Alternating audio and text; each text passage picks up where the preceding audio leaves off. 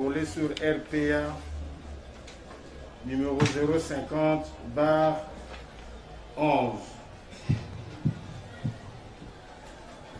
En cause, l'auditeur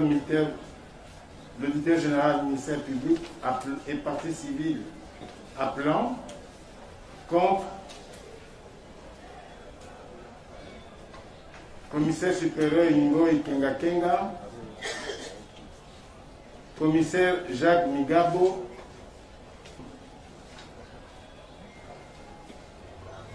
bien. Commissaire Jacques Migabo, présentez-vous à la barre. Réponds. Question.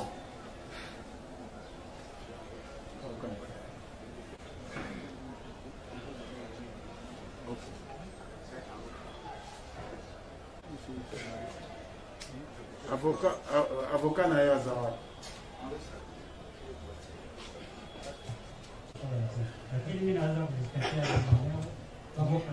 Avocat Balobi.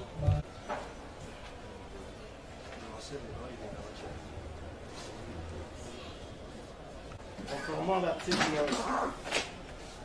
239 du Code judiciaire militaire, faite au prévenu.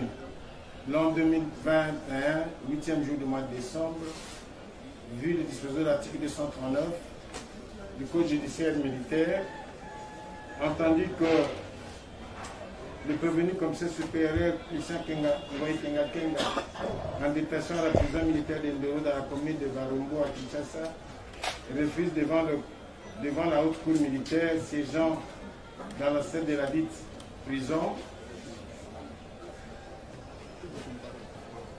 refuse de comparaître devant la haute cour militaire siégeant dans la scène de la dite prison. Nous, signés colonel Bondé et Gbawa Jean-Pierre, greffier du siège, nous trouvons dans l'enceinte de la dite prison, dont nos sommations prévenues précitaient lesquelles a refusé de comparaître en invoquant son état de santé. Enfin, comme nous avons dressé le procès verbal à la présence de l'instance ci-dessus, le prévenu refuse de signer. Capitaine Moussassa, commandant de détention sécurité, capitaine Mounganga Nsele et lieutenant Mbembe, chef bureau VIP. Les avocats de... Faites hâter votre comparution. Kinga, avocat au barreau de Kinshasa.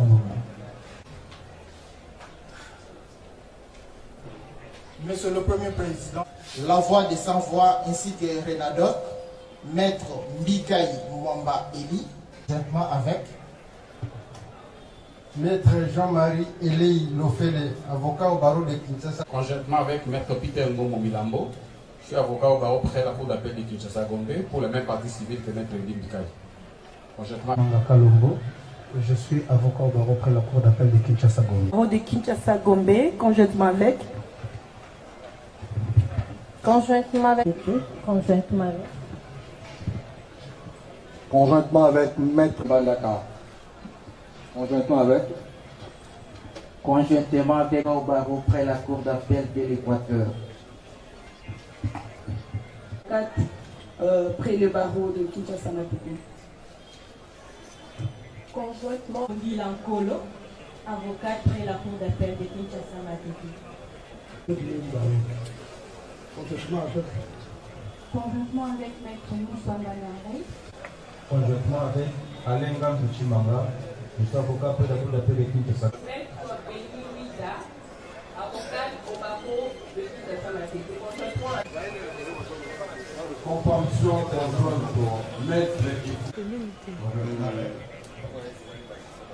Défense conjointe avec Maître Joran Mokou, avec Maître Gislain Okito Okeye, avocat au barreau près la cour d'appel au barreau de Maïdou.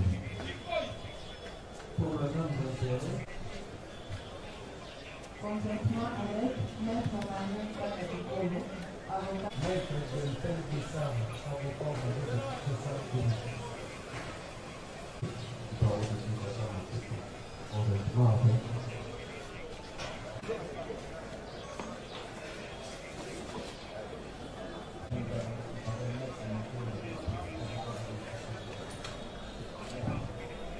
était normalement devait être normalement constaté. Appelant à cette cause à saisir la haute cour pour l'informer de l'arrivée du prévenu condamné par défaut au premier degré, le commissaire supérieur Paul Mouilamboué Londé. Donnez la lettre de directeur général. Président de la Haute Cour militaire, info, ministre de la Défense nationale et ancien combattant, chef de la maison militaire du chef de l'État. Objet, retour du commissaire supérieur adjoint Paul Mouilamboué. 1. Honneur vous informer que, exilé au royaume de Belgique après sa condamnation par défaut à la peine de mort dans l'affaire Floribert Chebeya, l'officier supérieur de la police nationale congolaise cité à Marge est rentré au pays le jeudi 2 décembre courant. Il est disposé à recevoir notification de l'arrêt de la Cour militaire de la Gombe portant sa condamnation pour sentiment confraternel. Signé Likouli Abakoumi, Lucien René, lieutenant général, auditeur général, près la haute cour militaire. Le greffe de la haute cour militaire a fait diligence et a notifié au dû prévenu l'arrêt qui le condamnait par défaut. Et aussitôt signifié de cet arrêt, le prévenu a relevé appel contre l'arrêt.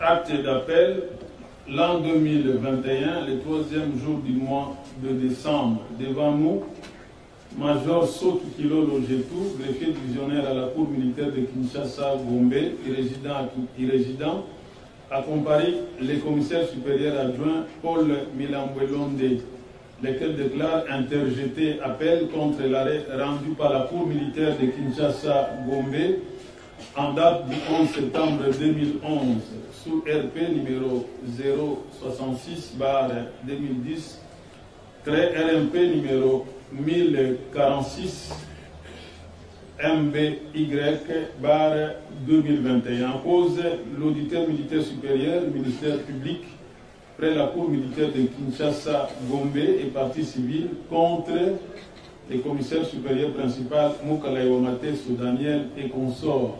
Lecture faite, les comparants persistent ici avec nous. Signé Paul Mouilamboué en date du 3 décembre 2021, ainsi qu'avec les défis. Pour une bonne administration de la justice, nous allons poursuivre l'instruction et en prévoir une autre audience où nous pourrons repasser à l'étape de plaidoirie. Prévenu Mouilamboué.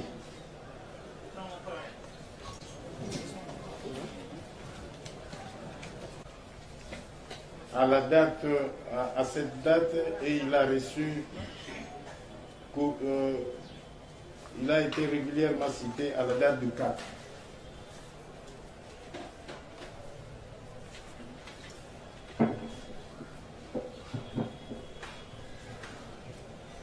Prévenu Mouilamboué. Mon père. Comparé Mouilamboué. Comparé, assisté par son conseil. Mouilamboué, comparé, assisté par son conseil. Maître Kivuruga Dengani Juvenal, avocat au barreau du Pélou. Merci.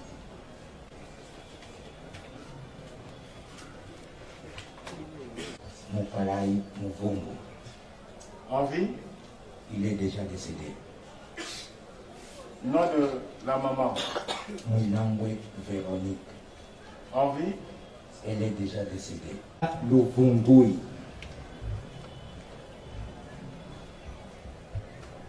Territoire?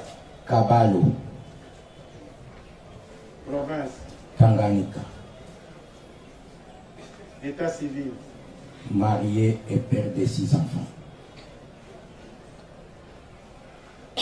études faites? Je suis détenteur de diplôme d'État en pédagogie générale. Vous habitez où? Ici à Kinshasa. La date au moment des faits, vous habitiez où? Au moment des faits. Donc, j'habitais chez mon ami Christian Goy. L'adresse, vous ne connaissez pas? L'adresse, c'était dans le quartier ancien combattant. Grade? Grade commissaire supérieur adjoint. Unité? Unité inspection générale de la police. Maintenant, c'est le commissariat général. Fonction au moment des faits? J'étais commandant sécurité à l'inspection générale de la police. Matricule? Matricule 141 329/A. Année d'incorporation à la police? Année d'incorporation, c'était en 2007.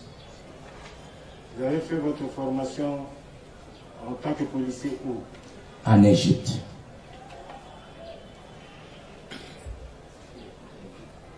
Vous étiez recruté où? Moi, j'étais recruté à partir de Puerto en 2002. En 2002, et vous dites vous avez été incorporé à la police en 2007. C'est-à-dire mon parcours est un peu long. C'est-à-dire, en même temps, je travaillé dans la police parce que nous étions dans la rébellion de RCD. En même temps, j'ai travaillé dans l'armée. Bien.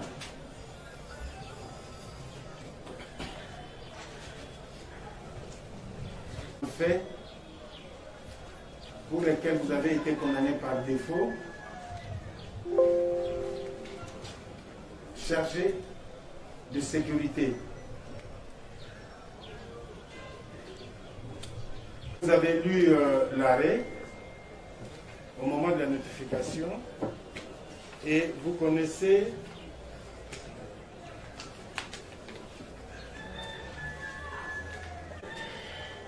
pour association des malfaiteurs. Vous avez été condamné pour arrestation et détention arbitraire de M. Fidel Bazana Edadi, chauffeur de Floribert Ebea. Vous avez été condamné pour meurtre de M. Floribert Ebea. Vous avez été condamné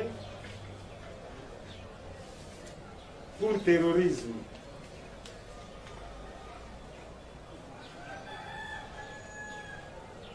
Et pour désertion simple.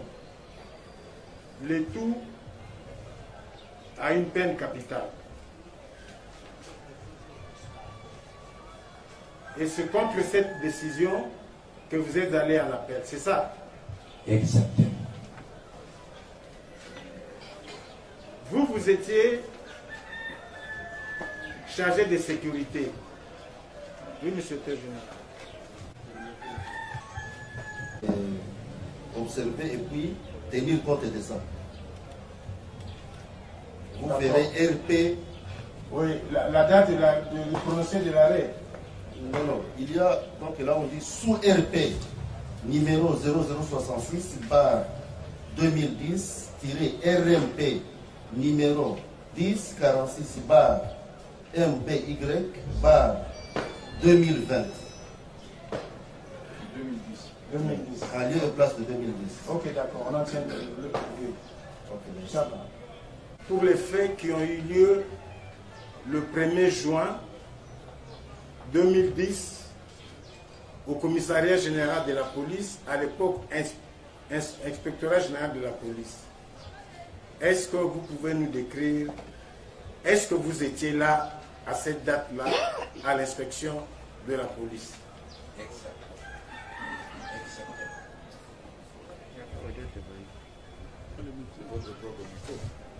Ce jour-là, vous êtes arrivé au travail à quelle heure?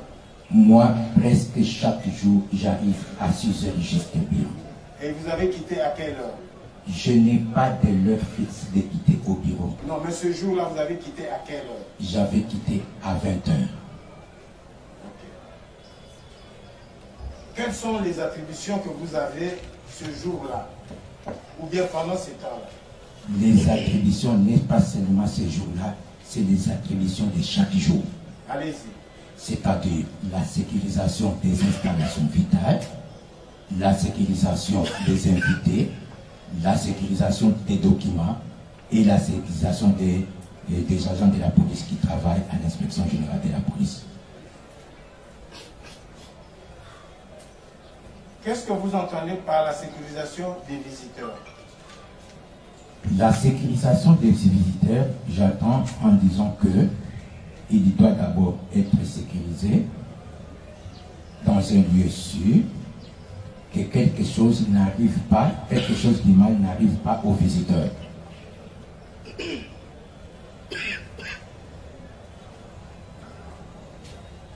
Et ces jours-là, vous avez reçu beaucoup de visiteurs?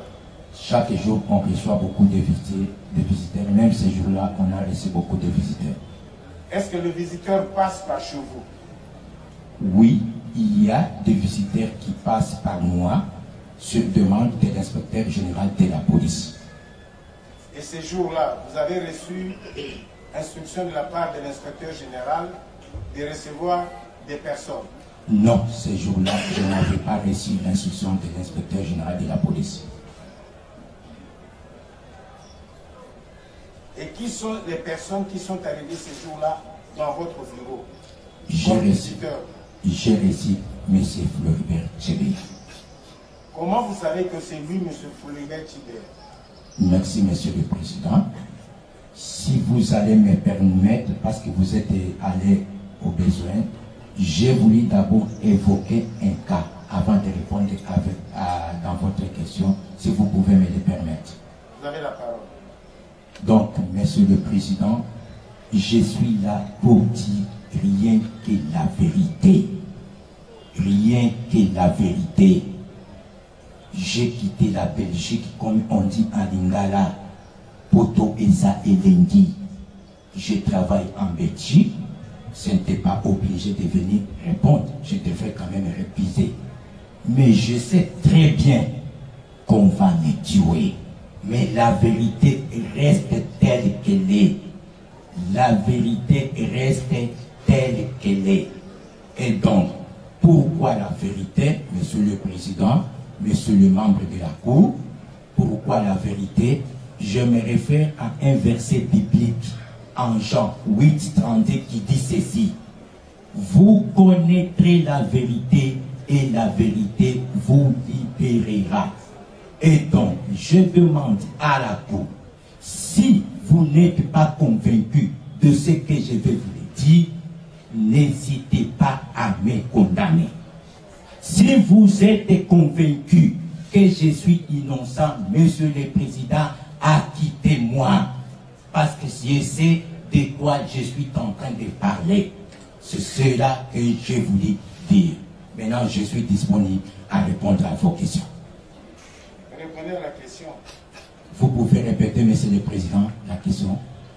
J'ai posé la question si, à la date du 1er juin, qui sont les personnes, comment vous avez su que la personne s'appelait Tchébéa? Bien. Comment je sais que la personne s'appelait Tchébéa? C'est lui-même qui s'est présenté devant moi. Parce que la personne qui est venue avec Tchébéa, c'est mon ami le major Christian Ngoï Kenga Kenga. Et là, je voudrais évoquer, parce que je viens de dire tout à l'heure, que l'inspecteur général ne m'avait pas donné l'ordre de recevoir quelqu'un. Mais je voudrais souligner en disant qu'à chaque fois, le général me disait, si Christian Ngoï vient avec quelqu'un, il faut le recevoir et me le dire. Et ce n'est pas pour la première fois que Christian Ngoï vient avec les gens. J'ai déjà connu presque même 30 personnes. Christian Ngoï vient et le général Numbi les reçoit. Et donc, je suis habitué à Christian Ngoué à venir avec les visiteurs du général Numbi, même en dehors des heures de service. C'est dans ces cas-là qu'il est venu avec quelqu'un que je ne connais pas. Il est entré dans mon bureau avec ce monsieur. Il m'a dit en Swahili. Il m'a dit très bien en Swahili. Comme j'ai déjà l'habitude de recevoir ces gens d'ordre, ok, je le récite sans toutefois lui dire quoi que ce soit. Et quand il a parlé en Swahili, j'ai l'impression que Tchebeya a compris la façon dont Christian m'avait parlé en Swahili. Et Christian est sorti. Lorsque Christian est sorti, c'est lui-même Floribert Tchebeya qui m'a dit, il m'a d'abord appelé Major Mouidambo, parce que dans mon tennis c'était bien écrit Mouidambo. Il dit, moi je suis ton frère. Et il m'a parlé en Swahili. Ah, j'ai dit, ah, donc toi tu parles Swahili? Oui. C'est en ce moment-là que j'ai connu son nom. C'était à quelle heure? Normalement, c'était, si je ne me trompe pas, c'était à 17h. 17h. Oui, 17h. Et il est resté combien de temps avec vous? Nous sommes restés avec lui à peu près de 2 heures du temps. 2 heures? 2 heures du temps. Vous étiez en train de parler ou bien qu'est-ce que vous étiez en train de faire? Oui, on était en train de parler, il m'animait, je lui posais la question pourquoi les droits de l'homme, c'est toujours les civils. Il m'a commencé à m'expliquer les rôles des droits de l'homme. Donc on était toujours en ambiance avec Tchébé. Et comment il a quitté votre bureau? Il a quitté mon bureau. La personne qui est venue avec M. Tchébéa, c'est la personne qui est venue récupérer Tchébéa dans mon bureau. Et là, j'insiste en disant, lorsque Christian est venu avec Tchébéa, il était seul. Mais lorsqu'il est venu récupérer Tchébéa, ils étaient aidés avec l'adjudant Moulanga, qui était le chef de poste à l'entrée principale ces jours-là. Et qu'est-ce qu'il vous a dit? Parce que quand il est venu, oui, il a dit c'est le visiteur du chef. Oui. Mais ce jour-là, le chef n'était pas là au bureau. Exactement, il n'était pas au bureau. Mais alors, qu'est-ce qu'il est venu faire? Non, parfois, souvent, il peut venir avec un visiteur, même si le chef n'est pas là, le visiteur peut attendre, après le chef arrive. Il peut même attendre 5 heures du temps, peut-être qu'il peut arriver à 14 heures et le chef le reçoit à 20 heures, à 20 heures, à 22 heures, même à 23 heures, même à 0 heure. Ça s'est fait comme ça. Et donc, ces jours-là, quand il était là, oui, pour vous, il attendait le chef. Il attendait le chef. Vous avez dit à la cour, oui, que le chef vous a dit, oui, que si Christian vous amène quelqu'un, oui, recevez-le, oui, et informez-moi. Et je l'ai informé, je l'ai appelé au téléphone, il n'a pas répondu. Je l'ai écrit un SMS, il n'a pas répondu. Alors j'attendais, si ça arrive peut-être à 21h ou bien 20h, je peux quitter le bureau. Donc vous avez fait un texto, oui, vous l'avez appelé, il n'a pas réagi. Oui, il n'a pas réagi. Bien. Alors, Kenga et Jansi Moulanga Ngor. Oui. Vous le connaissez, vous connaissez Jansi Moulanga Ngor? Bien sûr que oui, mon colonel. Alors, ils sont partis. Lorsqu'ils sont venus, il est resté à la porte. Et quand il est arrivé, Christian s'est excusé devant Tchébé, sans toutefois citer son nom. Il a dit seulement, monsieur, le général s'excuse. Il préfère te recevoir à sa résidence. Du fait que Tchébé est venu, il avait besoin de rencontrer le général John Nou, je l'ai laissé partir. C'était ça. Il ne s'est pas adressé à vous? Non, non, non, il n'était pas adressé à moi. Il s'est adressé directement à Tchébé. En lui disant quoi? En lui disant, le chef s'excuse, ne peut pas vous recevoir ici au bureau. Il préfère vous recevoir à sa résidence. Et Tchébéa était d'accord de ça. Et après? Et après, ils ont descendu. Arrivés à la réception. Et ils ne connaissent pas le fonctionnement des caméras de surveillance. Or, nous, on a mis des systèmes d'alerte. Si quelqu'un fait des mouvements brusques, les caméras vont sonner. Et sa sonnerie, c'est comme quelqu'un qui prend les photos. Ou bien si quelqu'un tape la porte forte, là où les caméras sont fixées, ça va vous signaler. Et lorsqu'ils sont descendus, avant de descendre d'abord, j'ai vu les véhicules de la police. Et ce n'était pas pour Christian Goï. J'ai l'impression que c'était le véhicule du bataillon Canine. Parce que je me souviens, à l'époque, Christian n'avait pas le véhicule de la police parce qu'ils étaient partis en opération à l'Équateur. C'est là où il avait laissé son défendeur. Alors, les défendeurs qui étaient présents là, c'était les défendeurs du bataillon Canine. Et là, j'ai aperçu, dans mes caméras de surveillance, le véhicule Canine qui s'approchait vers la porte à l'entrée à la réception. Et quand ils ont descendu avec Tchebeya, ils l'ont pris brusquement. Les policiers qui étaient sous commandement du major Christian l'ont pris brusquement et les caméras ont sonné. J'ai vite fermé le bureau. Du fait que j'ai imaginé que le véhicule est du bataillon Canine, je n'étais pas allé directement au hangar. Je me suis d'abord sorti de la porte de l'autre côté pour aller au bataillon Canine. Je suis arrivé là-bas, je n'ai pas trouvé le véhicule. En regardant, j'ai vu le véhicule en marche dans les hangars et je me suis rapproché. J'ai trouvé Christian Goï avec le corps de Tchébé. Avec le corps ou bien avec M. Tchébé? Avec le corps, il était déjà mort. Tchébé était déjà mort. C'était une opération qui a fait, si c'était beaucoup, c'est 5 minutes. 3 à 5 minutes. Vous avez vu ça? Moi, j'ai vu le corps de Floribert Tchébé. Parce que les caméras m'ont signalé. La façon dont les caméras m'ont signalé, on l'a cagoulé. J'ai vu ça sur mon caméra de surveillance. Alors je me suis posé la question. Les visiteurs du général Enoum, qu'on cagoule dans le bureau du général Enoum, et la façon dont on a cagoulé Tchébeya, j'ai compris qu'il y a quelque chose qui ne va pas.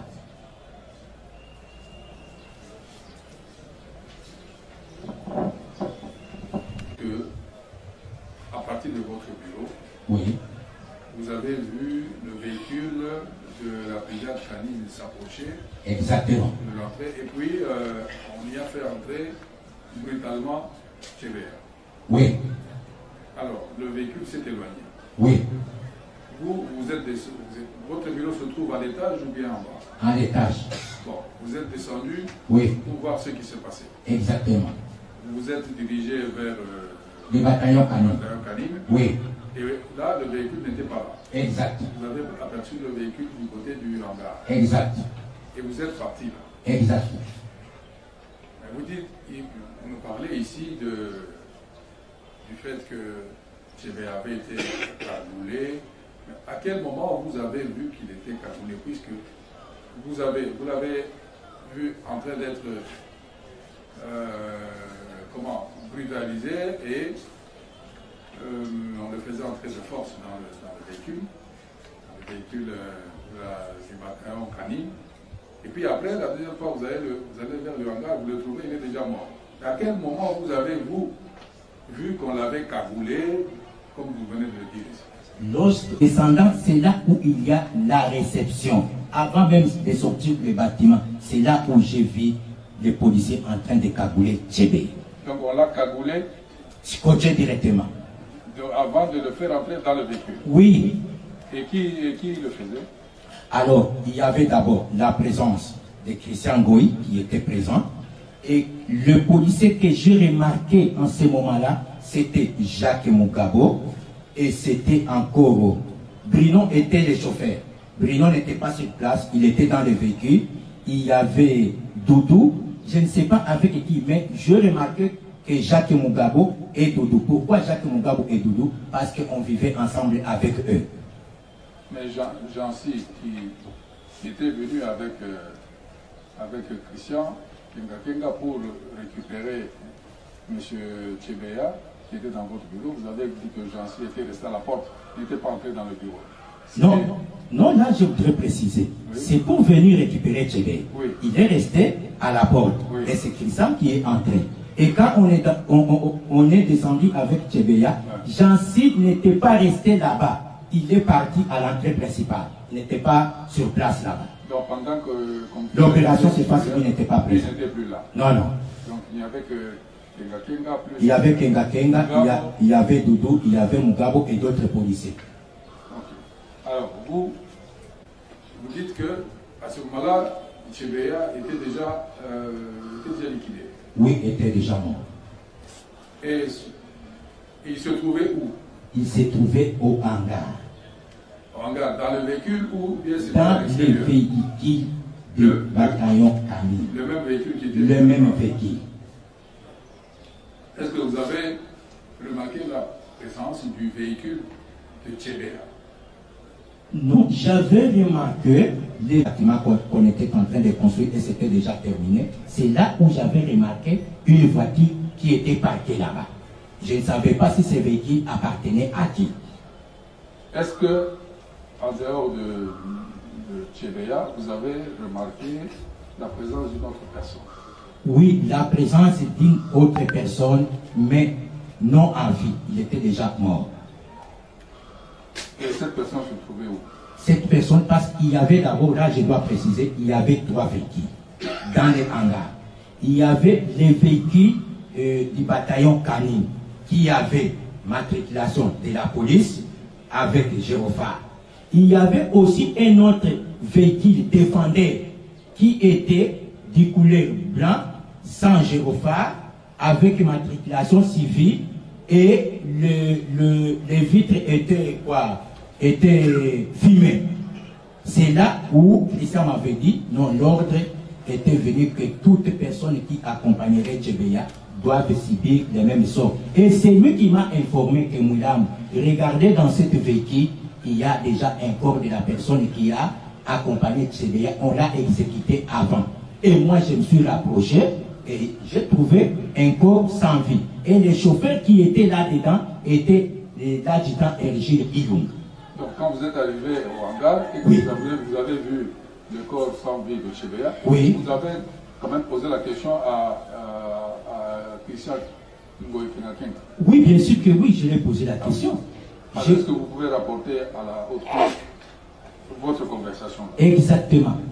Quand je suis arrivé au hangar, je me suis directement adressé à Christian Ngoï. Parce que c'est lui qui est venu avec la personne. J'ai dit, mais Christian, vous m'avez dit que cette personne était visiteur des marques du général John Lumumba. Mais qu'est-ce qui se passe? Il m'a dit, Moulam, d'ailleurs, le général n'est pas au courant de votre présence ici. L'ordre est venu, comme je viens de dire tout à l'heure, et toute personne qui accompagnerait Tchébé, même si c'était sa femme, devrait subir le même sort. Raison pour laquelle il m'a montré les corps. Il dit que l'ordre vient de la hiérarchie. Je lui ai posé, quelle hiérarchie? Il me dit, général Enumbi. J'ai dit, qu'est-ce qu'il prouve? Il dit, général Enumbi avait reçu l'ordre du président de la République, Joseph Kabila. C'est ce que Christian m'avait apporté ce jour.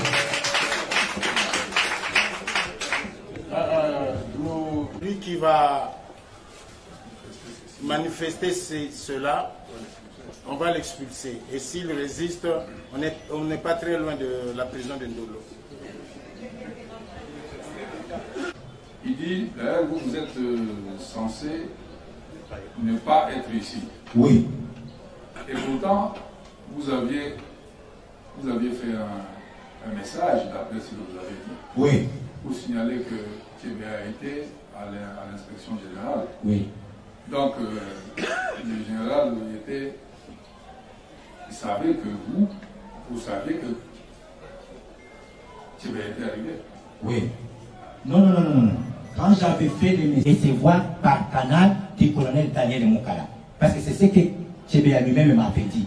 Que, en tout cas, mon major, je dois être reçu par le général Enumbi par billet du colonel Daniel Moukala. Mais la personne qui l'a amené à l'inspection générale n'était pas le colonel Moukala, c'était Christian Ngoï.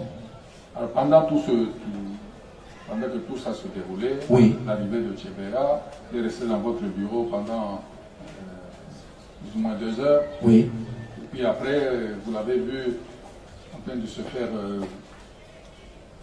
violenter par... Le colonel Daniel Moukala était au bureau, sans toutefois d'abord le voir. La précision est que, à l'entrée principale, Monsieur le Président de la Cour, Messieurs les membres de la Cour, on doit vous préciser, à l'entrée principale, il y a 2 caméras. Une qui montre l'entrée et l'autre qui montre la sortie. Dans mon bureau, il y a un écran grand. Si vous voulez voir bien les images, il faut les distinguer en 4 parties. Là, vous allez voir bien les images. Alors, ce jour-là, il s'est fait que le colonel Daniel Moukala était au bureau. Et il y avait l'arrestation d'un certain cambiste que je ne connais pas les noms. On est en train avec un cambiste et j'ai appelé la personne qui l'a amené, c'était un certain Jonas, qui était un officier de renseignement à l'unité qui était à l'échangeur. C'est lui qui a amené la personne. J'appelle à l'entrée principale. Je dis, mais je vois les véhicules qui entrent. Qu'est-ce qu'il a? Il dit, non, non, c'est 0D parce qu'on appelait les colonels 0D. C'est 0D qui nous a envoyé d'aller arrêter un cambiste. Ah, je dis, ok, c'est bon. Est-ce que le 0D est au bureau? Il dit, oui, 0D est au bureau. C'est comme ça, je suis que le colonel Daniel était au bureau. C'est par cet incident des cambistes. Pendant dans votre bureau, oui. Moukala ne s'était pas manifesté. Ne s'était pas manifesté. Et là, j'ai Tchebeya dans mon bureau. C'est Tchebeya lui-même qui a aperçu le colonel Daniel Moukalaï en bas. Et le colonel s'apprêtait comme quelqu'un qui veut sortir. Il m'a demandé, moi, Paul Moulango, mon major, parce que je dois être reçu par le général Numbi, par le billet du colonel Daniel Moukalaï. Est-ce que tu peux l'appeler? Je dis bien sûr que oui. J'ai pris mon téléphone. J'ai appelé le colonel Daniel Moukalaï. Mon colonel, il y a un visiteur qui va rencontrer le général Johnny Numbi par votre canal. Il m'a demandé, il s'appelle qui? J'ai bien cité les noms. Floribert Tchebeya. Et la réponse du colonel Daniel Moukalaï, c'est comme si quelqu'un qui était surpris. Il dit en bon, et c'est tout, et j'ai vu le colonel Moukalaï sortir. Voilà ce que je connais du colonel Moukalaï ces jours-là à l'inspection générale. Alors, les deux corps, les deux personnes qui étaient déjà tuées, après cela, est-ce que vous êtes, comment est-ce que vous êtes rentré chez vous? Après d'abord, oui. Le président vous a posé la question, vous avez répondu que ce jour-là, vous avez quitté le bureau aux environs de 20h ou 21h. Alors, comment est-ce que vous êtes parti de l'inspection générale pour rentrer chez vous? Parce que Christian Ngoï a des problèmes que je dois nier qu'il n'est pas mon ami. Non. Christian Ngoï est mon ami depuis des années 90. Là, on était encore civil académique. Donc, moi et Christian Ngoï, non seulement la relation dans la police, on est devenus comme des frères. Parce que même nos épouses, nos enfants se côtoient à Lubumbashi. Alors, je voudrais revenir à votre question, mon colonel. C'est-à-dire quoi? Parce que vous m'avez posé la question de savoir, est-ce que vous pouvez répéter encore aujourd'hui? Oui, j'ai dit, comment est-ce que vous avez quitté l'inspection générale de la police? Oui. Après l'opération, moi, j'ai quitté l'inspection générale jusqu'à la RTNC. À la RTNC, j'ai pris les bus jusqu'à Kintambo Magasin. De Kintambo Magasin, j'ai pris les taxis jusqu'à la maison. Donc vous êtes parti par vos propres moyens? Oui, oui. Alors, l'équipe avec les deux personnes déjà décédées, quand ils ont quitté l'enceinte de l'inspection générale, est-ce que vous étiez encore là-bas au bureau? J'ai vu les véhicules sortir. Donc quand les véhicules sont sortis avec le corps oui. de Tchebeya oui, avec et le corps. de Bazana, exactement. Vous avez vu ces véhicules sortir? Oui. Il y en avait combien? Il y en avait 3. Il y avait les défendeurs que je viens de dire, ligne, matriculation de la police, ligne, et matriculation civile, et le véhicule de Jeep Challenger couleur verte de Christian. Si je ne me trompe pas, il y avait 3 véhicules. Le 3e véhicule, c'était le véhicule de Christian Challenger couleur verte. Et le véhicule, la Mazda verte de Tchebeya? Bon, là, je n'avais pas tiré attention. Je n'avais pas tiré attention. Mais le véhicule que j'avais remarqué, c'était 3. Donc quand ces véhicules sont sortis de l'inspection générale, vous les avez vus sortir? Bien sûr. Et puis vous êtes parti chez vous? Exactement.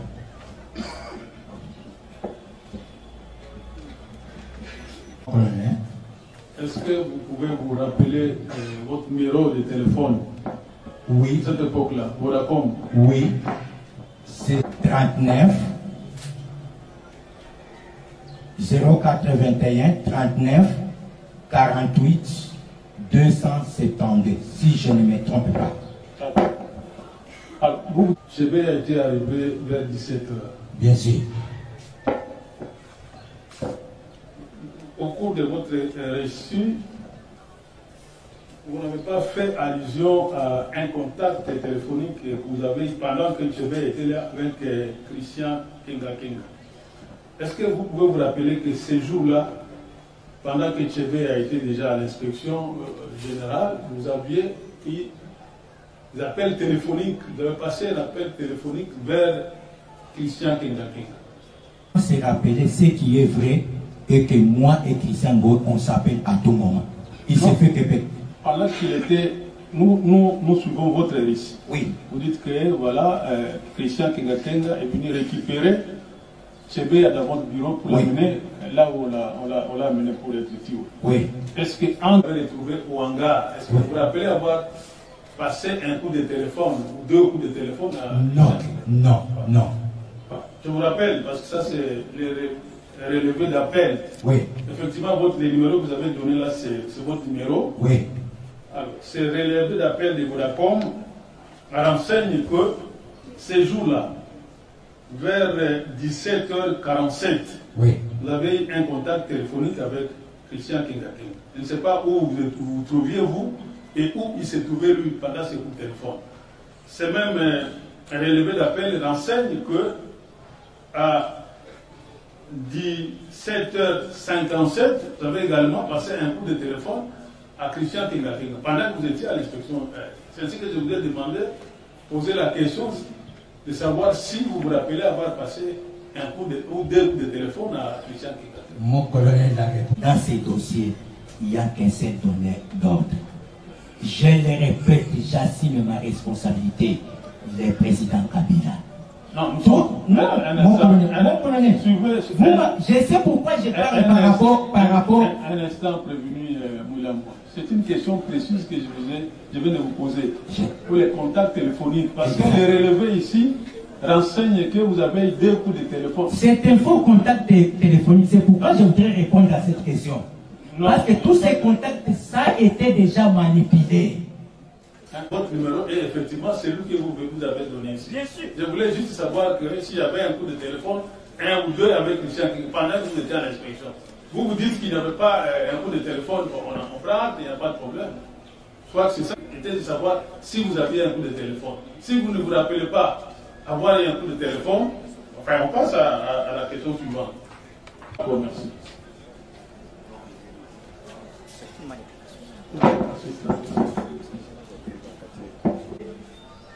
Vous étiez logé chez Christian Kenga Kenga. Oui. Après s'être séparé de lui à 20h, oui. Quand est-ce que vous vous êtes retrouvés encore? Ils sont venus à 4h ou 5h du matin. Quand vous dites ils sont venus, c'était qui? Qu'est-ce qu'il vous a dit après? Mon colonel, voulez-vous qu'il me dise quoi? Lorsque moi-même j'étais présent, il m'a dit que l'ordre vient de tel. Il n'a rien à me dire à ce moment-là. Il vient du travail qu'on lui a confié.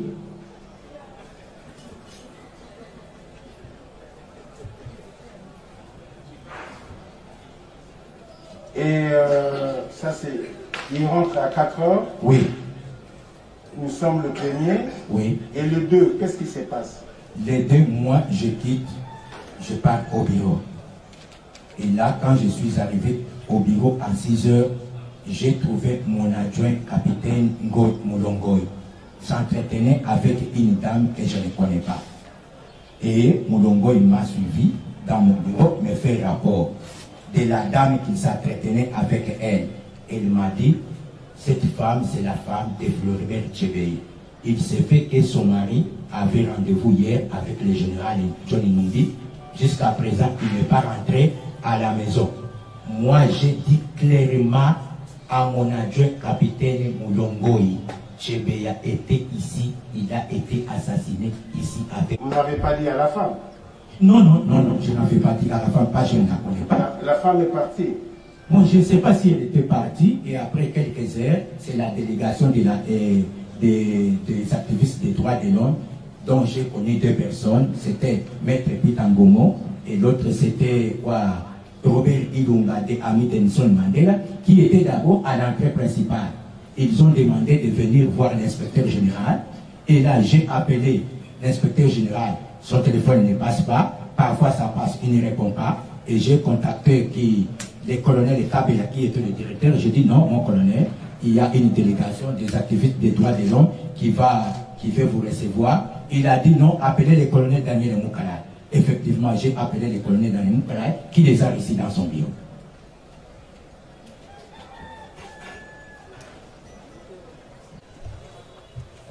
Est-ce que vous ne lui avez pas demandé où étaient les corps des personnes mortes? Mon colonel, j'insiste, mon colonel, tout avec S. Il m'a dit qu'ils sont allés déposer les corps de Bazana dans la parcelle du major Djadjidja. Et là, je voudrais préciser, mon colonel, messieurs les membres de la cour, distingués invités, moi je me suis déjà rendu là, la parcelle de Djadjidja. Je connais là-bas un jour, parce que Djadjidja c'était un ami de formation en renseignement. Il a appelé un jour Major Christian en disant, mon frère, j'ai acheté une parcelle. Si vous en avez besoin, je peux vous mettre en contact avec les chefs qui vendent les parcelles. Vous allez aussi acheter les parcelles. Parce qu'après 10 ans, il y aura des gens, vous allez aussi profiter. En attendant, moi et le Major Christian, on avait acheté les parcelles du côté aéroport. Tout près de là où Moussito est en train de construire, on avait acheté les parcelles. C'est ainsi que Major Christian m'avait sollicité. Mouilam aussi, qui est intéressé, accompagne-moi. On s'est rencontré avec le Major Djadjidja. On est parti jusque chez lui là-bas. En dehors de ça, parce qu'en 1997 aussi, j'avais travaillé dans le cadre de la demi-heure à Mitendi, je connais bien les coins. Nous sommes partis et arrivé là-bas, c'est là où j'ai fait connaissance avec l'adjudant Banza qu'on a trouvé là-bas. Et c'est le général Djadjidja qui nous a présenté avec le major Kissa. Voilà votre frère Moulubakati. Et effectivement, Banza était Moulubakati. On a parlé avec lui en Moulubakati et on s'est même échangé les numéros. J'ai les numéros de Banza jusqu'à présent. En disant, si vous avez besoin, Banza trouve quelque chose ici, ou bien il entre en contact avec les gens qui vendent des parcelles, en ce moment-là, vous pouvez l'appeler, il peut vous mettre en contact. C'est en ce moment-là que j'ai connu l'endroit. Et quand Major Christian m'a révélé, Mouilango, la personne là, les chauffeurs, tu te souviens des jours où on était parti à Mitaine de chercher les parcelles à vendre? J'ai dit, oui, c'est là où on est allé enterrer Bazan. Il vous l'a dit à 4 heures ou le 2 ou bien le... Non. C'est avant de partir. Parce que l'assassinat s'est effectué le 1er, le 2, non. Les 3, les colonels Daniel Moukala étaient arrêtés. Et d'ailleurs, c'est Christian Goï qui m'a appris que les colonels Daniel étaient arrêtés. C'est la nuit du 3 au 4, si je ne me trompe pas, qu'il m'a révélé tout ce que je viens de dire. Et là, je voudrais préciser en disant, parce qu'il me parlait en Kilouba. Christian me parle très bien Kilouba. Il m'a dit ceci, je dois traduire. Il m'a dit Kambo, parce que souvent il me parle un Kambo. Il me dit non, écoutez un Kambo, qui ici qui Tchanga Lukunde, qui Jimunda Mwalukunde. Je dois interpréter. Qui si vous voyez les haricots, il y a des insectes qui mangent les haricots, ça doit se retrouver toujours dans les haricots. Moi, en tant que Moulubakati, j'ai compris tout ce qu'il me disait. Il me disait tout simplement, on m'a confié des travail et ce travail va m'amener de loin. Je dois subir les mêmes sorts. C'est l'adage d'abord qu'il a engagé, c'est en ce moment-là, il a commencé à me révéler en disant, du fait que le général John Numbi n'était pas au courant de votre présence et que c'est moi qui l'a appris de votre présence, il m'a donné l'ordre de tuer. Ça, c'est Christian Goï qui me l'a dit. Moi, je préfère que nous quittions ensemble. Parce que je ne voudrais pas mettre ta vie en danger. Je ne voudrais pas te tuer. Parce que le général Nidjolino, d'abord, m'avait promis, après l'exécution, parce que j'avais suivi le procès, on parlait de 40 000 $. Mais ce qu'on avait promis à Christian Goï, c'était 500 000 $. Ça, c'est Christian qui me l'a dit. Et quand il est en train de me parler, il est en train de pleurer. C'est le jour où j'ai vu que Christian, c'est fini pour lui. Il me dit, au lieu même de me donner les 500 000 $ qu'on m'avait promis, on lui a donné 10 000 $. Moi, j'ai vu 10 000 $ entre les mains de Christian à la maison. Moi, je dis, Christian, moi, je ne me reproche de rien. On a prêté serment pour servir la nation et non les individus. Toi, qui as accepté de servir les individus, moi, j'ai accepté de servir la nation. Je reste. C'est pourquoi je suis resté à la maison. S'il y a arrestation, s'il y a assassinat, on va m'assassiner ici dans ta parcelle. C'était ça. Prévenu Mirambo, Kenga vous a parlé de 10 000 $. Je précise très bien, mon colonel, suivez-moi très bien. Je dis du 3 au 4. Parce que le général John Numbi a été suspendu les 5, c'était un certain samedi. C'est entre la nuit du 3 et 4. Parce qu'à 4 h du matin, les 4, c'est en ce moment-là que Christian a quitté sa maison pour l'aéroport avec ses éléments. Comment vous savez que à cette heure-là, il partait à l'aéroport? Mais la personne qui est venue les récupérer, c'était le commandant sécurité du général Numbi. Actuellement, il est major congolais qui est venu les récupérer. Et il m'a dit, non, on nous a dit de quitter le pays. Et d'ailleurs, il ne voulait pas partir, Christian. Il ne voulait pas partir, il a eu de pression. Il était obligé de céder et de partir. Le véhicule de commandement du général Numbi qui est venu à la maison avec le major Congolo. À l'époque, il était sous-lieutenant. C'est lui qui est venu récupérer Christian avec tous les policiers à la maison. On vous a parlé de la visite de Madame Tchébéa cherchant son mari. Oui. Vous avez informé qui? Parce que est-ce que vous avez appelé le général? Mon colonel, j'ai dit très bien. Qui est directement de lui? Je devrais informer qui? Parce que j'ai dépendé du général Jolino. Vous l'appelez, il ne répond pas. Parfois, il ferme les téléphones. Je devrais faire rapport à qui? Est-ce qu'à l'arrivée, on va faire un peu revenir, à l'arrivée de M. Floribert Tchébéa, outre le général que vous avez tenté de joindre au téléphone, vous avez fait un SMS, avez-vous informé une autre personne de la présence de Tchébéa ce jour-là? Mon colonel, je crois que je parle bien en français. Je vais répondre maintenant en lingala. Nalobi awake na benga ki colonel Daniel Moukalaï. Sur demande de Tchébé. Je l'ai dit, mon colonel. C'est-à-dire c'est le colonel Daniel que j'ai informé de la présence de Tchébé. Ok, d'accord. Ça. Pas. Oui. Vous saviez où est-ce qu'il partait? Je savais là où est-ce qu'il partait. Où est-ce qu'il partait? Parce que c'est mon ami. On s'est dit, il me dit, je pars à Lubumbashi.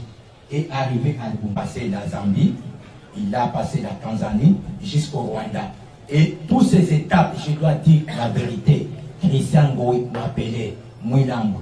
S'il s'agit de quitter, quitte. Je sais que quelque chose du mal va t'arriver. Je suis déjà en Zambie. Il t'appelle à un numéro de la Zambie. Si vous regardez très bien même les appels, vous allez voir entre les 5 jusqu'au 11, il y avait des appels différemment. Arrivé en Tanzanie, il m'a appelé. Et arrivé au Rwanda, il m'a appelé. Là, j'étais encore en train de travailler à l'inspection générale. C'est-à-dire, Christian est arrivé au Rwanda avant les 11. C'est pourquoi j'ai retenu même son numéro qu'il utilisait au Rwanda. Il m'a dit clairement qu'il part à Lubumbashi.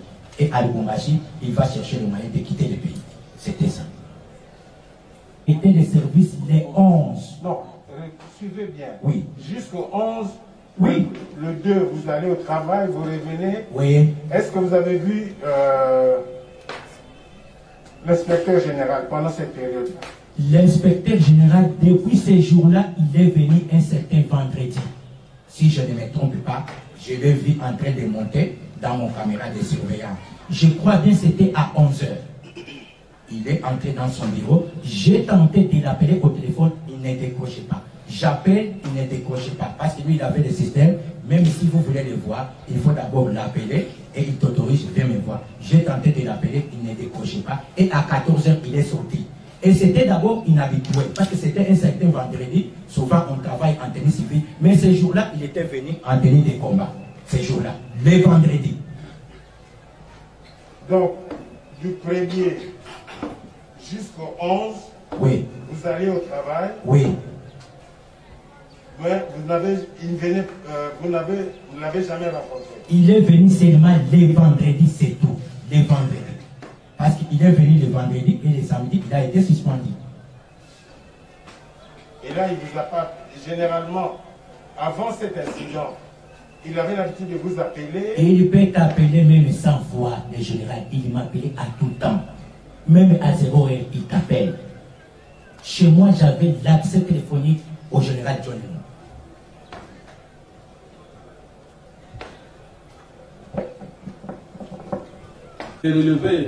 L'examen des relevés indique effectivement que depuis les premiers là, même les tentatives d'appel là, c'est indiqué par les relevés. Et depuis le 1er juin jusqu'à le 8 juin, vous avez tenté plusieurs appels, SMS, qui n'avait pas pris le téléphone. Les relevés indiquent. Mais les mêmes relevés indiquent que les 9 juin et le 11 juin, il y a eu finalement un contact téléphonique entre vous et le général. Exactement. S'il vous plaît, suivez la question. C'est ainsi que je voulais savoir. Depuis le 1er jusqu'au 8, il n'a pas pris vos téléphones. Les relevés indiquent. Mais alors, le 8, les 9 plutôt et les 11, il prend quand même vos téléphones. C'est indiqué que vous causez pendant quelques minutes, quelques secondes. Est-ce que je voudrais savoir de quoi vous avez parlé avec. Lorsqu'il vous prend, il prend finalement votre téléphone le 9 juin et le 11 juin. Le contenu de votre entretien, c'est ce qu'on voulait savoir. Une bonne question. Après tous ces bruits, assassinats de Tchèques, toute la presse en parle. Le général Johnny Numbi faisait des navettes chez lui, chez le président. Il faisait des navettes. C'est là où il a eu l'information que Mouilambwe sera convoqué à la CNS. Le président Kabila avait demandé à M. Pierre Lumbi que son âme repose en paix, convoqué Paul Mouilambwe. Et pendant que le président Kabila donnait l'ordre de convoquer Paul Mouilambwe, il y a quelqu'un de l'entourage du général Johnny Numbi qui l'a informé. Faites attention, Mouilambwe sera convoqué à la NER. Effectivement, si je ne me trompe pas, c'était les 10 à 22 h. Je reçois l'appel du sous-lieutenant Congolo, qui est chargé de sécurité du général Johnny Numbi, qui m'appelle que le chef a besoin de vous. J'ai dit, il est où? Il me dit, il est à la maison. J'ai quitté. Arrivé au rond-point Mandela, c'est le général lui-même qui appelle, mettant à un autre numéro inhabituel. Il n'a pas utilisé son numéro qui se termine avec 500. Il a utilisé un autre numéro. Si vous pouvez, je peux vous le donner. J'ai décroché, il dit, c'est le général. J'ai dit, oui, mon général, je suis presque tout près de chez vous. Il me dit, bon, ce n'est pas grave, je vais vous poser quelques questions. Il m'a dit, est-ce que vous avez reçu l'appel des cabinets du conseiller spécial en matière de sécurité? J'ai dit, non, je viens de recevoir l'appel du major Mukinzi. Et le major Mukinzi, en ce moment-là, il était le secrétaire particulier du général Ounion, qui était le chef du colonel Daniel Moukala. C'est Mukinzi qui m'a appelé pour me dire, Mouilambwe demain à 6 h, qui doit se présenter à la CNS. Ma réponse était catégorique. J'ai dit, moi, je ne travaille pas à la CNS, je ne viens pas. Si la CNS a besoin de moi, je suis un officier de la police, on va faire soit une invitation, soit une convocation. C'est ça la réponse que j'ai donnée. Et le général m'a posé même une question. Je lui ai répondu, non, c'est Mokinzi qui m'a appelé pour me dire que vous êtes convoqué à la CNS. Il dit, bon, ok, il n'y a pas de souci, je vais t'appeler demain, vous pouvez disposer. Et j'ai pris les véhicules parce que j'avais utilisé des véhicules de Christian, parce qu'il y avait des policiers qui étaient restés à la maison. Et je suis rentré à la maison. Ça, c'est le premier contact, les 10. Le deuxième, arrivé maintenant à 6 h du matin, je reçois l'appel de Tony. Tony qui était de Canines. Là, Tony, il était déjà à la CNS. Il était déjà à la CNS. On demande à Tony, je ne sais pas qui l'a demandé. appelé Moulam. Tony m'a appelé. Non, Moulam, qui est où? J'ai dit, moi, je suis à la maison. Est-ce que tu peux venir à CNS? Là, j'étais rigoureux. Je lui ai dit, moi, je ne travaille pas à la CNS. Qu'est-ce que je vais venir faire là-bas? Deuxième appel, c'est l'appel du général qui se demande. Lui aussi était à la CNS, là où on m'attendait. Il m'appelle, Moulam, qui est où? Lui, je lui ai menti, je dois dire la vérité. Je suis à la maison, mais je suis en train de souffrir. Tout ça, je ne voudrais pas aller à la CNS parce que j'avais déjà refusé. Et après le troisième appel, c'est Maître Mbayo. Maître Mbayo, qui était à l'époque conseiller juridique du général Enumbi, bombardé major, bombardé lieutenant-colonel, bombardé colonel, qui m'a appelé. Il me dit, Antoubakati Kambo, qui est où? J'ai dit, Kambo, je suis à la maison. Est-ce que tu peux venir chez moi? J'ai dit, il n'y a pas de souci. J'ai compris directement que l'appel d'Mbayo, c'est le général qui ne voulait pas m'appeler directement, il voudrait passer par son conseiller juridique. J'ai dit, ah bon, ok, je viens. Et je suis allé chez Mbayo, parce qu'il habitait Rond-Point Victoire, et c'est là où on m'a enlevé. Ça, c'est les 11. Arrivé chez Mbayo, je n'avais pas trouvé Mbayo là-bas. Mbayo était directement à la résidence du général John Enumbi. C'est à ce moment-là que le général John Enumbi m'appelle. Maintenant, il a utilisé son numéro officiel. Il m'appelle Moulam où? J'ai dit non, mon général, je suis à la résidence d'Mbayo. Oui, je suis avec Mbayo ici. Il ne faut pas rentrer à la maison. On n'a pas besoin de toi, on a besoin de Christian. Il y a déjà des militaires de l'auditorat qui sont déjà à la maison. Restez là, je dois te donner une autre téléphone, il faut changer de téléphone. C'est ce que le général John m'avait dit. Deuxième contact. La Cour voudrait savoir, avant le 11, il y a eu 2 contacts avec l'inspecteur général. Oui. Celui-là, et oui. Le premier, c'était le... Qu'est-ce que vous vous êtes dit? Mais le général me demandait, Moulambo, est-ce que vous avez eu l'appel à la CNS d'aller se présenter? À son numéro Non, non, numéro inhabituel. Ok, d'accord, ça va. De la circulation. Bien.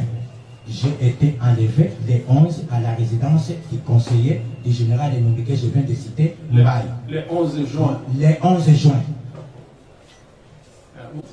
Les 11 juin. Exactement. Les 11 juin du général. Attendez-moi à la maison. Et je l'ai entendu, jusqu'à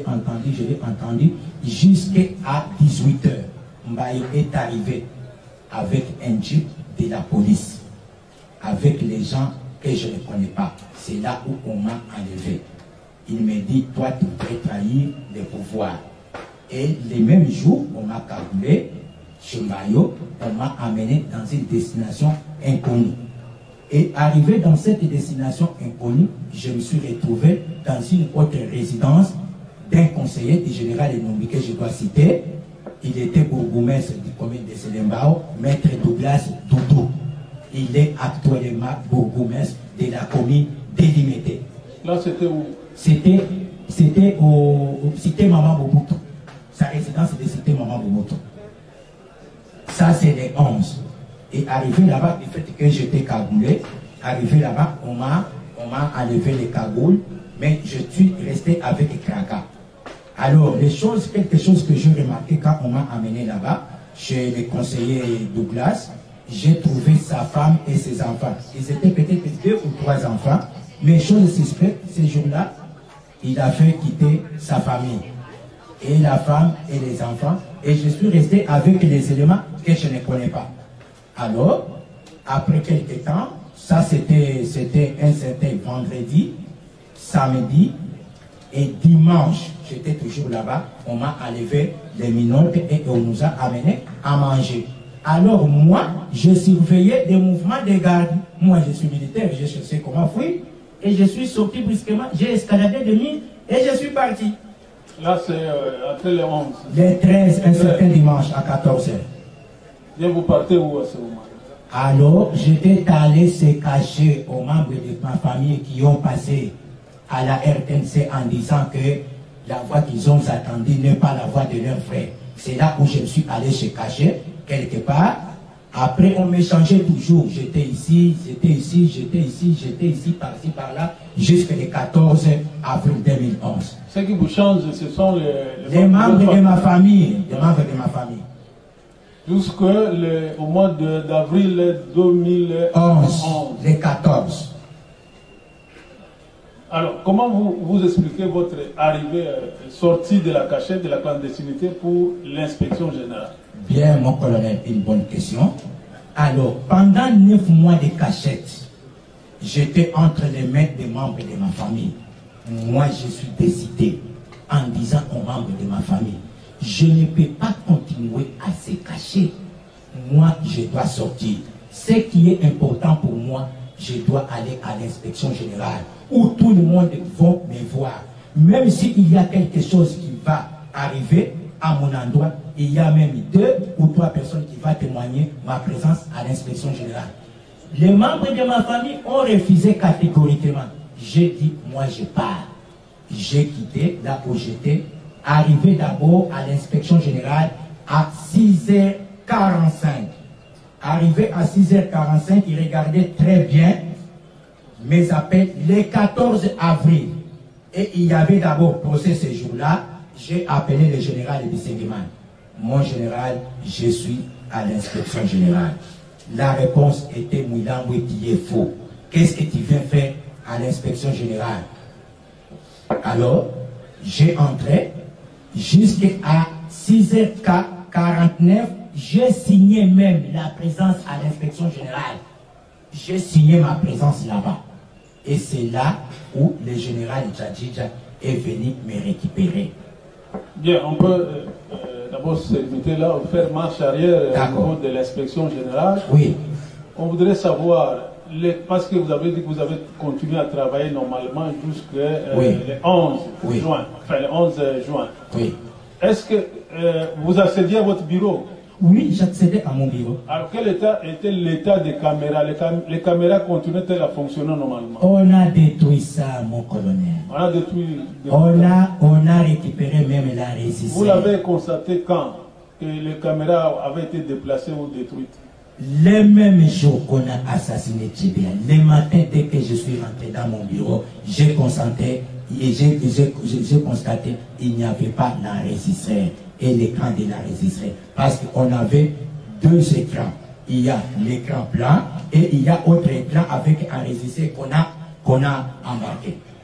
Les deux, depuis les 2 jours? Le 2 jours. D'accord.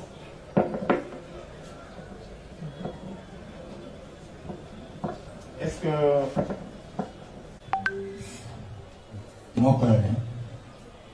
Vous dites que lorsque vous êtes arrivé au bureau le matin, vous avez constaté que les caméras avaient été tripotées, sabotées, on avait même des enregistrements et tout ça. Oui. Qui avait accès à votre bureau, à part vous-même? Je voudrais vous préciser.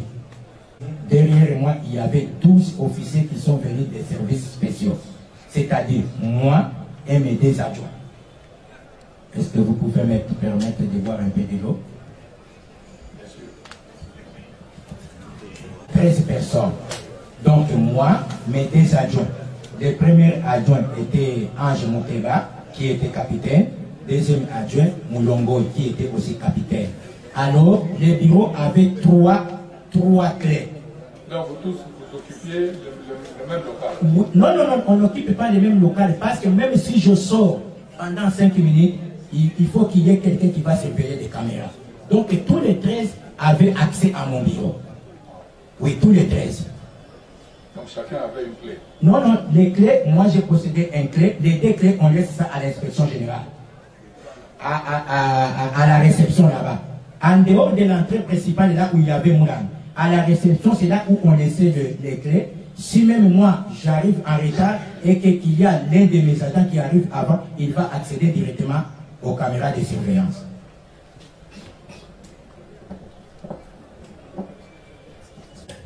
D'ailleurs, soutenu toutes les révélations faites à ces micros.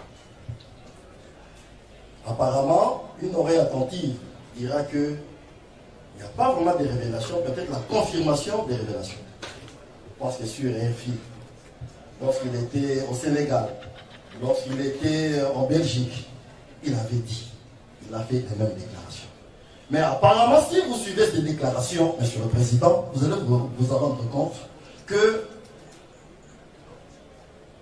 le prévenu Paul Mulambo est en train de se soustraire en jetant la responsabilité aux autres.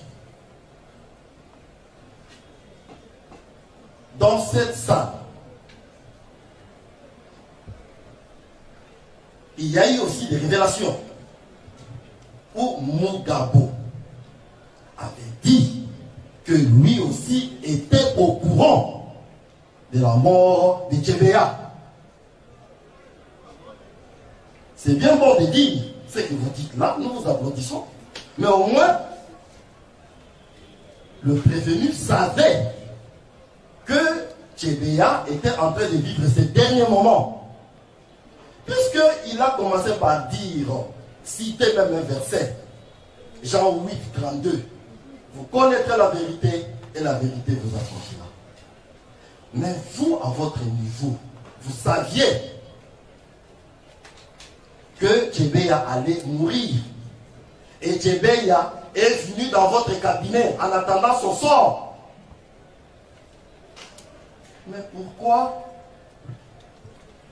si vous ne saviez pas, avoir resté ces jours-là jusqu'à 20h?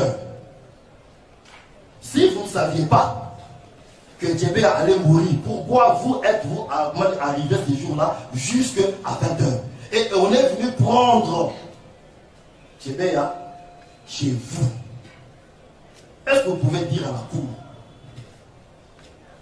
C'est facile de dire que je suis là, je peux travailler à tout moment, à n'importe quel je peux quitter. Mais le 1er juin, le jour où Djebéa allait mourir, avant de mourir, le seul bureau qu'il a visité, ou qu'il a été reçu, c'était le vôtre.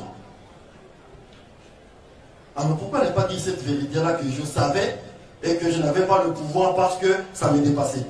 Au lieu de dire que l'ordre venait de tel, ce n'est pas du nouveau. Parce que nous le savions, vous êtes venus confirmer ça ici.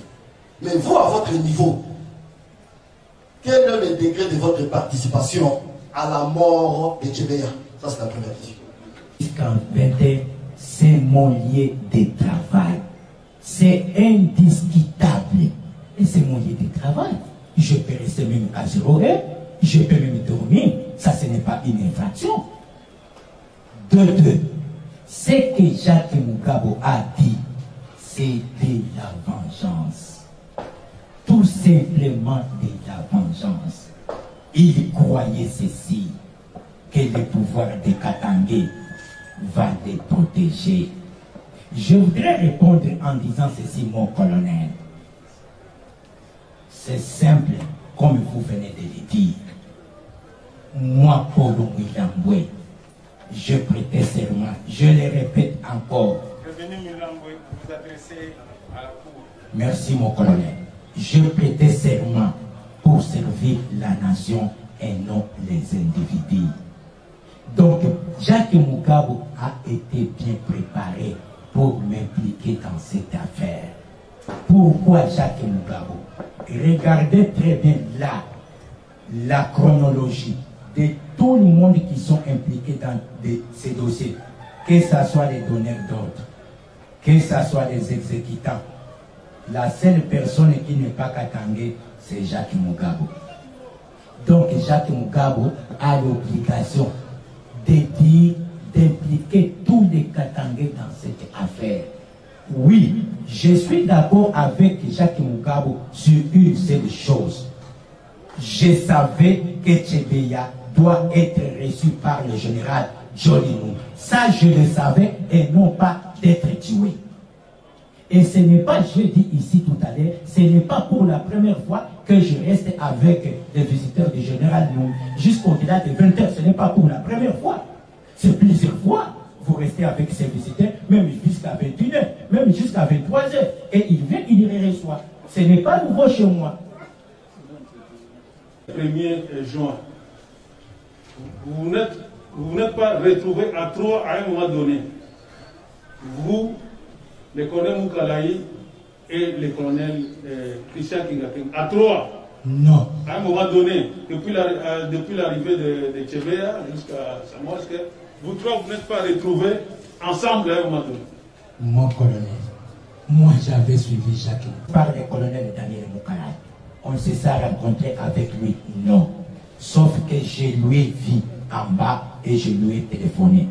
Christian Goé, on s'est rencontré lorsqu'il est venu avec Tchébeya et lorsqu'il est venu récupérer Tchébeya. Mais c'est rencontré nous à trois, non. Mais vous n'êtes là, vous n'êtes pas appelé avec Ngoï Kengakeng, non.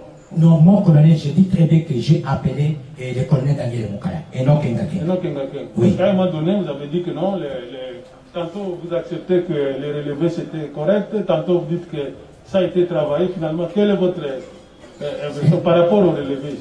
La version est simple, mon colonel. Oui. Les relevés a été travaillé. Parce que c'était un assassinat qui a fait des bruits au monde. On ne peut pas dire qu'il n'y avait pas rien. Il faut chercher comment on va impliquer d'autres personnes pour que ce procès ou bien cet assassinat aille des valeurs. C'était ça. Est-ce que le fait pour vous d'appeler Kenga au téléphone à un moment donné, ça tend à votre implication? Mais mon colonel, c'est une vérification parce que ça apparaît dans les relevés. Je voulais savoir si vous n'êtes pas appelé à un moment donné. Parce qu'il y a deux contacts qui apparaissent dans les relevés d'appel. Mon colonel, je sais lui qui est venu avec Tchébeya. Et c'est lui qui est venu récupérer Tchébeya. Je vais l'appeler sur quelle base encore? On vous oppose les relevés d'appel, les techniques. Ça a été bien travaillé, ces relevés. Et le colonel Moukalaï. Et le cortège des 3 véhicules. Qui est sorti avant? À l'inspection générale de la police. Comme je vous l'ai dit tout à l'heure, et j'ai trouvé déjà Tchébeya mort, je suis rentré dans mon bureau et fermé et sorti de l'autre côté. Mais vous avez dit ici tout à l'heure que vous avez vu les 3 véhicules sur la plaine. Mon colonel, j'ai dit bien que je reviens au pays et je reviens dans mon bureau. C'est là où Christian sortait et moi aussi je reviens fermer mon bureau et partir. Et vous avez laissé certainement Moukala au bureau. Là, je ne sais pas. Si le colonel Daniel, en ce moment-là, il était au bureau ou pas. Là, je ne peux pas donner de précision. Monsieur le Président, avec votre autorisation, je continue. Est-il vrai que vous avez pris un transport autonome ou vous avez été embarqué dans les 3 véhicules-là dans lesquels se trouvaient les corps des fidèles Bazana et des Fleuret Tchébeya, et que quelque part là, on vous a laissé et eux ont continué? J'ai dit les transports en commun. Je demanderai à la Cour de poser encore Jacques Tabou la même question. Je n'étais pas avec eux dans ces cortèges-là. Je n'étais pas avec eux. Je l'ai dit et je l'insiste. Même si j'étais là, je devrais dire rien que la vérité, que j'étais dans ce véhicule. Dernière préoccupation, le pouvoir. D'abord, il y a de la justice. Vous voulez que je le cite? Je commence à atterrir le 14 avril. Non, je dis de qui? Parce que ici... Non. Écoutez, vous voulez que je cite? Vous m'avez posé la question de citer mon colonel. Mais laissez-moi répondre à la question. Prévenu Milangoy. Oui. À vous exprimer, vous demanderez la parole et on vous l'accordera s'il le faut. Je réponds maintenant. Parce que je trahis d'abord le pouvoir. C'était le général Pondé dans son bureau, en présence du colonel Mondicho, en présence de M. Concile Numbi, qui était le directeur de cabinet de l'année. Il m'a dit que Moulamboué, vous voulez trahir le pouvoir. Vous permettez?